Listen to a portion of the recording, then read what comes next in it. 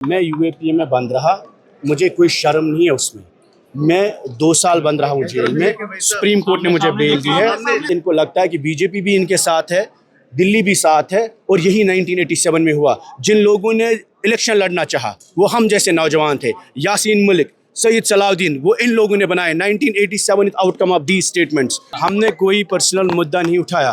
ये ऐवान हमारी घर की लड़ाई का नहीं है। सामने देख रहे, सामने हुकूमत, ये असेंबली सवाल जवाब के बदले, मजम्मत के बदले, स्टेटमेंट्स के बदले जम्मू कश्मीर में जो स्टेट ह्यूमन राइट्स कमीशन था उसको रिस्टोर किया जाए, उसी से इंसाफ मिलेगा। हम Jammu Kashmir human rights commission की रिस्टोरेशन चाहते हैं, उसी से मसला।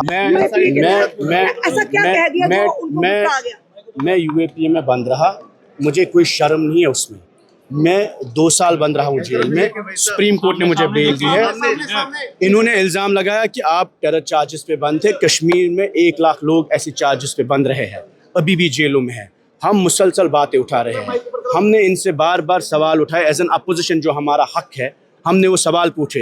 इनका व्यवहार ये है कि जो भी बात करेगा वो उसको अलगाववादी कहिए, सेपरेटिस्ट कहिए, मिलिटेंट कहिए, आतंकवादी कहिए, इस नाम से ये कश्मीरी नौजवान को एक टैबू लगाते हैं। उसके बाद इनको लगता है कि बीजेपी भी इनके साथ है, दिल्ली भी साथ है, और यही 1987 में हुआ। जिन लोगों ने इलेक्शन लड़ना चाहा वो हम जैसे नौजवान थे, यासीन मलिक, सैयद सलाउद्दीन, वो इन लोगों ने बनाए। 1987 is outcome of these statements. इन्होंने डिनाई किया, they deny democratic space to the youth of Jammu and Kashmir. और इसी तरीके में उस वक्त नई दिल्ली को कहा कि ये सेपरेटिस्ट है, ये मफ के लोग हैं, ये पाकिस्तान के लोग हैं, उनको कुचेल दिया। आज जेलों में, कब्रों में वही नौजवान 1 लाख जो जम्मू कश्मीर के नौजवान, हम जैसे नौजवान थे, आम इंसान जो डेमोक्रेटिक प्रोसेस में क्वेश्चन क्या खाता था। सईद सलाउद्दीन का, वो भी एमएलए बनना चाहता था। यासीन मलिक का क्या खाता था, वो पोलिंग एजेंट था। ऐसे नौजवानों को इन्होंने जेल की सलाखों और कब्रों में भेजा है। हम पे इल्जाम तराशी कर सकते हैं, हमें उन पे, हमें कोई पर्सनल नहीं।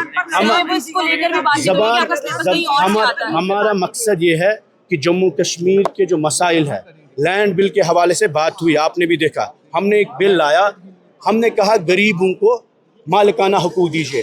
पहाड़ पे, जम्मू में, कश्मीर में, गुजर हो, बकरवाल हो, कश्मीरी हो, हर शख्स को जिसने स्टेट लैंड में या घास चराई में या फॉरेस्ट लैंड में अपना मकान बनाया, उसको आप रेगुलराइज करिए।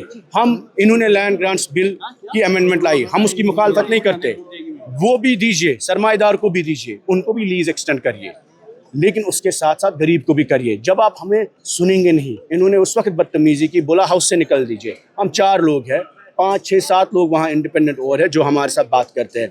अगर बात करने का एक्सेप्टेंस और टॉलरेंस इस सरकार में नहीं है, जिनके पास 50 एमएलए है, तो हमारे पास क्या है? इनसे पूछे दूसरा सकीना जी से कि आपके कौन लोग, आपके कौन से स्टाफ, आपके कौन से रिश्तेदार जो लिस्ट बनाते हैं, जिस 23,000 लोग पोस्ट आउटसोर्स किए गए हैं, वो लिस्ट किसने बनाए? बैकडोर अपॉइंटमेंट्स किसने किए? इनसे पूछिए। और ये हमें धमकाते हैं कि आपके लोगों को ट्रांसफर करेंगे, आपके रिश्तेदारों को लिस्ट बना रहे थे अंदर कि हमारे कौन कौन से लोग कहाँ पर सरकारी नौकरियों में हैं, उनको ट्रांसफर करेंगे। आप इनसे पूछिए, हर उस बंदे पर प्रूफ होना चाहिए जिन्होंने फेक लिस्ट बनाए हैं। ये भी कहा है कि 2019 के बाद जो कुछ हुआ है उसके देखिए, मसला सिंपल है। हमने कोई पर्सनल मुद्दा नहीं उठाया। ये ऐवान हमारी घर की लड़ाई का नहीं है। हमने कहा जम्मू कश्मीर की आवाम को, आप हर शख्स को लैंड रेगुलराइजेशन एक्ट में कवर करिए। जो आप अमेंडमेंट ला रहे हैं, परसों जब बात हुई तो हमने कहा जो लैंड ग्रांट्स बिल में आपने चेंज लाई है, आप इसमें होटल्स और लीज वालों को ला रहे हैं, लाइए, अच्छी बात है, हम इसके साथ हैं। लेकिन उसके साथ साथ गरीबों को भी करिए जो लोग स्टेट लैंड में रहते हैं। उसके बाद हमने पुलवामा के लिए प्राइवेट यूनिवर्सिटी का मसला उठाया, इन्होंने उस बिल को रिजेक्ट किया। उसके बाद हमने डेली वेजेस का मसला उठाया, इन्होंने वादे किए इलेक्शन में 1 लाख डेली वेजेस को रेगुलराइज किया जाए, उन्होंने हमारी बिल को रिजेक्ट किया और कहा टाइम बाउंड नहीं बना सकते। इसके बाद इनके मैनिफेस्टो में था कि एनएचपीसी के प्रोजेक्ट्स को रेस्टोरेशन करेंगे, हम वापस लाएंगे, और इन्होंने वोट और मैंडेट लिया रेस्टोरेशन ऑफ 5 अगस्त पर। कल ये जब ऐवान चल रहा था, इसी दौरान इन्होंने एनएचपीसी को 2 नए पावर प्रोजेक्ट्स दिए। सवाल तो पूछना है, जब आप समय नहीं देंगे, इंसान मजबूर होता है शोर करने के लिए। उसके बाद भी हम में से किसी ने कोई भी ऐसा सवाल नहीं पूछा जो कौम से जिसको फ़ायदा न हो। इन्होंने वहाँ से इल्ज़ाम लगाए कि आप मिलिटेंट है, आप ओजीडब्ल्यू के सिंपथाइज़र है, आप यूएपीए अक्यूज़ड है। ठीक है, मुझ पे यूएपीए के केस है, मेरा ट्रायल चल रहा है, सुप्रीम कोर्ट ने मुझे बैन किया। I am not ashamed on the charges they have made against me. Time will prove my innocence, but the truth is 1987 से लेकर आज तक ये वही कर रहे हैं। जब जब कश्मीरी नौजवान ने कोशिश की जमहूरी निज़ाम में अपनी नुमाइंदगी की, इन्होंने बोला ये सेपरेटिस्ट है, ये मिलिटेंट है। नई दिल्ली में भी यही बोला, 87 में भी यही बोला कि ये जो लोग इलेक्शन लड़ रहे हैं, ऐवान में आ रहे हैं, ये मिलिटेंट है, ये टेररिस्ट है। नतीजा आपके सामने है। जो सैयद सलाउद्दीन एमएलए बनना चाहता था, उसको जहाद काउंसिल का चीफ इन्होंने बनाया। वो तो इनके इल्ज़ाम तराशी है। देखिए, गर्ज ये है, इस फैमिली, इस पार्टी ने 1 लाख लोग जो कुर्बान जम्मू कश्मीर में हुए, दैट इज बिकॉज ऑफ 1987। हमने डिक्टेट नहीं किया। हमने कहा लोगों के जो जेन्युइन मसले हैं उनको आप लाने का मौका दीजिए, और आप ऐवान में इंपॉर्टेंट इश्यूज मुझे बताइए। आप लैंड ग्रांट्स बिल्कुल आ रहे हैं, आप सरमाएदार को दे रहे हैं, गरीब की बिल इसमें क्यों नहीं है? गरीब का नाम क्यों नहीं है? गरीब का मकान क्यों नहीं है? डेली वेजेस का मसला क्या इंपॉर्टेंट नहीं है?